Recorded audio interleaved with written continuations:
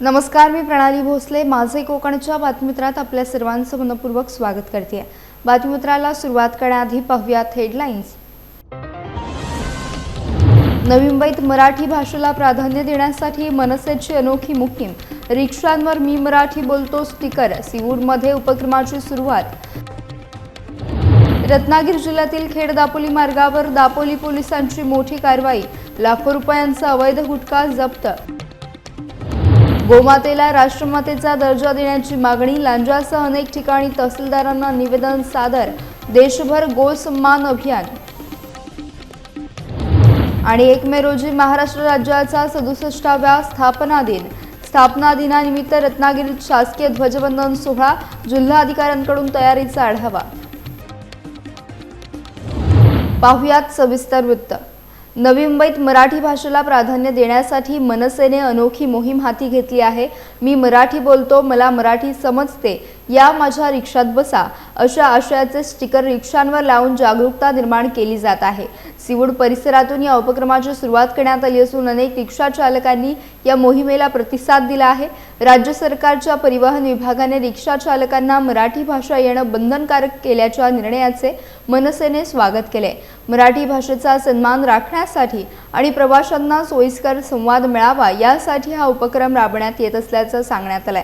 दरम्यान मोटार वाहन कायद्यानुसार मराठी बोलणं आवश्यक असल्याचं अधोरेखित करत पुढे रिक्षा परवाना देताना याकडे विशेष लक्ष दिलं जाईल असा इशाराही मनसेकडून देण्यात आलाय. या मोहिमेमुळे शहरात मराठी भाषेबाबत पुन्हा एकदा चर्चा रंगली आहे.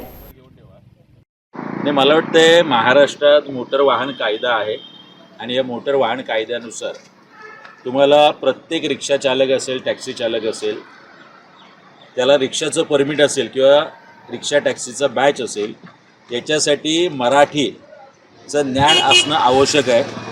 हा काय काल आजचा आणि उद्याचा निर्णय नाही आहे. वर्षानुवर्ष हा 1988च्या अगोदरपासूनचा मोटर वाहन कायदा आहे, तेव्हापासूनचा हा नियम आहे. प्रताप सरनाईक साहेबांचं अभिनंदन एवढ्यासाठीच की त्यांनी आता हे ठोसपणे राबवण्याचं ठरवलेलं आहे. आणि याला मला दिसतं की परप्रांतीयातले रिक्षा किंवा टॅक्सी चालक यांचा विरोध नाही आहे. भैयांचा ठेका घेतलेला ठेकेदार, मग ते संजय निरुपम असेल नाहीतर इतर कोणी असेल, हेच फक्त विरोध करताना दिसत आहे. अनेक परप्रांतीय रिक्षा चालक आणि टॅक्सी चालकसुद्धा आमच्याकडे येत आहेत आणि मी मराठी बोलतो, मला मराठी समजते आणि या माझ्या रिक्षात बसा, अशा स्टिकर त्यांनी स्वतःच्या रिक्षावरती लावून घेतलेले आहेत. त्यामुळे मला हे सांगणं आहे प्रत्येक रिक्षा चालक, टॅक्सी चालकाला की आपण भाषावर प्रांतरचना झालेली आहे. प्रत्येक राज्यामध्ये त्या भाषेचा मान ठेवणं आणि तुम्ही जर इथे नोकरी धंद्याला येत आहे, तुम्ही तुमचं कुटुंब घेऊन येत आहे, तुमची मुलं बाळं इथे आहेत, एक सुरक्षित वातावरण महाराष्ट्र तुम्हाला देत आहे, तर त्याची मातृभाषा मराठी शिकायला, वाचायला आणि बोलायला मला वाटतं कुणालाही अडचण नसावी, एवढाच एक मेसेज देण्याचा प्रयत्न आजच्या आमच्या माध्यमातून आम्ही करतो. तुम्ही ज्या पद्धतीने म्हणालात की परप्रांतीयांनाही कसं वाटते, मात्र परप्रांतीयांमध्ये सत्तेच्या लोभापायी काही मराठीवरही राजकारण करतात, हे महाराष्ट्राचं दुर्दैव म्हणावं लागेल. हो, मला कळत नाही. शशांकराव ज्यांच्या वडिलांना इथे मोठी युनियनचे ते मोठे युनियन नेते होते, जॉर्ज फर्नांडिसांपासून ते शरद रावांपर्यंत एक मोठी परंपरा कामगार नेते, जे अशावेळी शशांकरावांनी या गोष्टीला विरोध करणं म्हणजे खूपच मोठा विपर्यास दिसतोय. सदावर्ते नावाचं एक बेडूक आहेच इथे बोलायला, तर मला वाटतं हे मराठी भैये जे आहेत थोडक्यात, यांनीसुद्धा विरोध करणं आणि हे कुणाच्या सांगण्यावरून केलं जातं याचा शोध मला वाटतं आता मराठी माणसाने घ्यायला पाहिजे. ही लढाई आहे मराठीच्या बद्दलची आणि त्याच्यामध्ये प्रत्येकाने सहभागी होणं महत्त्वाचं आहे. शिवसेनेचे एक मंत्री अशा प्रकारचे आदेश करतात आणि शिवसेनेमधलेच संजय निरुपम सारखे नेते पुढे येऊन अशा प्रकारचा विरोध करताना दिसतात. मला वाटतं आता एकनाथ शिंदे साहेबांनी याचा योग्य तो विचार केला पाहिजे आणि सगळ्यात पहिल्यांदा हे संजय निरुपम आणि अबू आझमीसारखी जी मंडळी आहेत यांनाच महाराष्ट्रातून हाकलून दिलं पाहिजे, तरच अशा पद्धतीने बोलण्याची हिंमत या महाराष्ट्रामध्ये संजय निरुपमसारखे फडतूस माणसं करू शकणार नाही. रत्नागिरी जिल्ह्यातील खेड दापोली मार्गावर दापोली पोलिसांनी मोठी कारवाई करत लाखो रुपयांचा अवैध गुटखा जप्त केला आहे.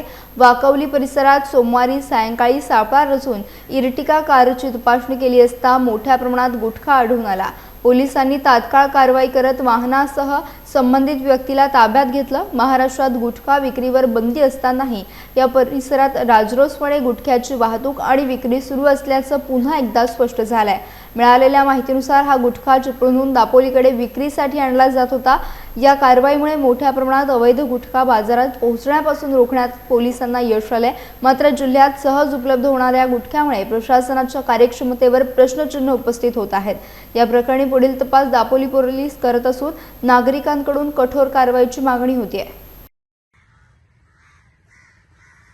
लांजा येथे गो सन्मान अभियानांतर्गत गोमातेला राष्ट्रमातेचा दर्जा देण्याच्या मागणीसाठी हिंदू बांधवांनी तहसीलदार प्रियंका ढोले यांना निवेदन सादर केले। देशभरात 27 एप्रिल रोजी राबवण्यात आलेल्या उपक्रमांतर्गत तहसीलदारांमार्फत राष्ट्रपती, राज्यपाल, पंतप्रधान आणि मुख्यमंत्री यांच्यापर्यंत मागण्या पोहोचवण्यात येत आहेत।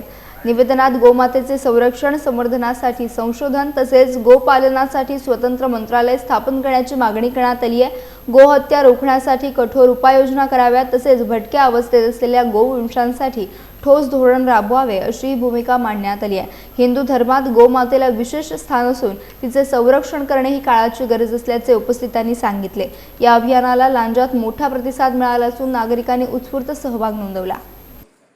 की आपण ही सर्व ह्या आता पहिलं चरण झालं की 27 जुलैला जर का ह्या मागण्या पूर्ण नाही झाल्या तर 27 जुलैला परत पुन्हा आपण कलेक्टर ऑफिसमध्ये सगळ्या जिल्ह्यातून येऊन त्यांना निवेदन देणार आहोत आणि तिथंही मागणी पूर्ण नाही झाली तर पुन्हा मुख्यमंत्र्यांना पूर्ण राज्यातून लोक येऊन निमंत्रण देणार आहे आणि तिथंही मागणी जर का तोपर्यंत पूर्ण नाही झाली मागणी पूर्ण नाही झाली तर येत्या 27 फेब्रुवारी 2027 पासून दिल्लीमध्ये पंतप्रधान कार्यालय किंवा ज्या दिल्लीमध्ये तिथे सर्व देशातील 30,000 लोक एकत्र येऊन धरणी आंदोलन करणार आहेत आणि तिथे अगदी काही साधूंची अशी मानस आहे की तिथे प्राणत्यागाचा आंदोलनाची सुरुवात होणार आहे। या आंदोलनाच्या सुरुवातीपासूनच आता एक आव्हान आहे की जोपर्यंत गोमातेला सन्मान मिळत नाही, सेवा मिळत नाही, सुरक्षा मिळत नाही तोपर्यंत हे आंदोलन, हे अभियान थांबणार नाही। उरणमध्ये गौमाताला राष्ट्रमाता घोषित करण्याच्या मागणीसाठी गौसेवकांनी तहसीलदारांना निवेदन सादर केलं। उरणचे तहसीलदार रवींद्र सानप यांना हे निवेदन देताना गायींचे भारतीय संस्कृतीतील धार्मिक, सांस्कृतिक आणि आर्थिक महत्त्व अधोरेखित करण्यात आले। या उपक्रमाचा भाग म्हणून देशभरातील 500हून अधिक ठिकाणी अशाच प्रकारची निवेदने सादर करण्यात येत असून या मागणीला राष्ट्रीय स्तरावर पाठिंबा मिळत असल्याचं गोसेवकांनी सांगितलं। यावेळी प्रतिनिधी मंडळाने उरण पोलीस ठाण्यात वरिष्ठ पोलीस निरीक्षक हनीफ मुलानी यांची भेट घेऊन उपक्रमाबाबत माहिती दिली। हा आंदोलनात्मक उपक्रम शांततेत आणि कायद्याचं पालन करत राबवला जाणार असल्याचं स्पष्ट करण्यात आलं। गायींचे कृषी आणि ग्रामीण अर्थव्यवस्थेतील योगदान लक्षात घेऊन शासनाने या प्रस्तावावर सकारात्मक निर्णय घ्यावा अशी मागणी करण्यात आली आहे। या उपक्रमाला स्थानिक नागरिकांचा उत्स्फूर्त प्रतिसाद मिळत असून पुढेही जनजागृती सुरू ठेवण्याचा निर्धार व्यक्त करण्यात आला आहे। रत्नागिरी येथील शासकीय वैद्यकीय महाविद्यालय आणि रुग्णालयासाठी स्थापन केलेल्या अँटी रॅगिंग कमिटीवर संपर्क युनिक फाउंडेशनचे अध्यक्ष शकील गवाणकर यांची नियुक्ती करण्यात आली आहे। महाविद्यालयांमध्ये वाढत्या रॅगिंगच्या घटनांच्या पार्श्वभूमीवर विद्यार्थ्यांच्या सुरक्षिततेसाठी हा महत्त्वाचा निर्णय मानला जातोय। रॅगिंगमुळे विद्यार्थ्यांना मानसिक आणि शारीरिक त्रास सहन करावा लागतो, त्यामुळे अशा घटनांना आळा घालणे, विद्यार्थ्यांचे समुपदेशन करणे आणि ठोस उपाययोजना राबवणे या उद्देशाने ही समिती कार्यरत राहणार आहे। शकील गवाणकर यांनी या नियुक्तीबद्दल प्रतिक्रिया देताना रॅगिंग विरोधात कडक पावले उचलून विद्यार्थ्यांसाठी सुरक्षित आणि सकारात्मक वातावरण निर्माण करण्यावर भर दिला जाईल असे स्पष्ट केले आहे। आपण पाहतो की राज्यामधल्या अनेक मोठ्या सिटीमध्ये विशेषतः महाविद्यालयामध्ये रँगिंगचे प्रकार होतात आणि रँगिंग प्रकारामुळे अनेक जे ज्युनियर मुलं असतात, सिनियर मुलं ज्युनियर मुलांचे रँगिंग करतात आणि खूप मोठे शेवटच्या टप्प्यापर्यंत विद्यार्थी जातात। अशा प्रकारच्या आपण रत्नागिरीमध्ये अजून घटना घडलेल्या नाहीत, पण या पार्श्वभूमीवर रत्नागिरीमध्ये मेडिकल कॉलेज आहे, इंजिनिअरिंग कॉलेज आहे, नंतर विविध जी कार्यालय आहेत, महाविद्यालय आहेत, ज्या महाविद्यालयामध्ये अनेक राज्यातली मुलं इथे येतात। न जाणो अशा आलेल्या परराज्यातनं मुलांकडनं एखादी घटना घडू शकते, शक्यता नाकारता येत नाही। त्यामुळे अशा प्रकारची एक अँटी रँगिंग कमिटी स्थापन करावी असं शासनाच्या लक्षात आल्यामुळे शासकीय वैद्यकीय महाविद्यालय आणि रुग्णालय रत्नागिरी यांच्या वतीनं एक शासनाने ठरवून दिल्याप्रमाणे अँटी रँगिंग कमिटी निर्माण करण्यात आली। मी आपल्या या व्यासपीठावरून एक आव्हान करत होतो की जितके पालक आहेत, पालकांना पण एक आहे की आपल्या मुलांवर लक्ष ठेवावं एखाद्या मुलावर जर काही प्रॉब्लेम निर्माण होत असेल त्या विद्यार्थ्याने बिनधास्तपणे मनमोकळेपणाने किंचितही मनात सोबत न असता आपले काही जर झालं असेल तर आम्हाला सांगावं, आम्ही निश्चितपणाने त्याची योग्य ती आपलं नाव गुप्त ठेवण्यात येईल. असं होऊ नये की एखादा सिनियर विद्यार्थी ज्युनियर विद्यार्थ्यांना त्रास देत असेल आणि आपण दडपू. विशेषतः अशा प्रकारचे जे रँगिंग होत आहे ते महाविद्यालयामध्ये ज्या वसतिगृह असतात त्या वसतिगृहामध्ये येणाऱ्या नवीन मुलांना तो उणवा उभारा वा असं करत असतात, विविध प्रकारचे होत असतात.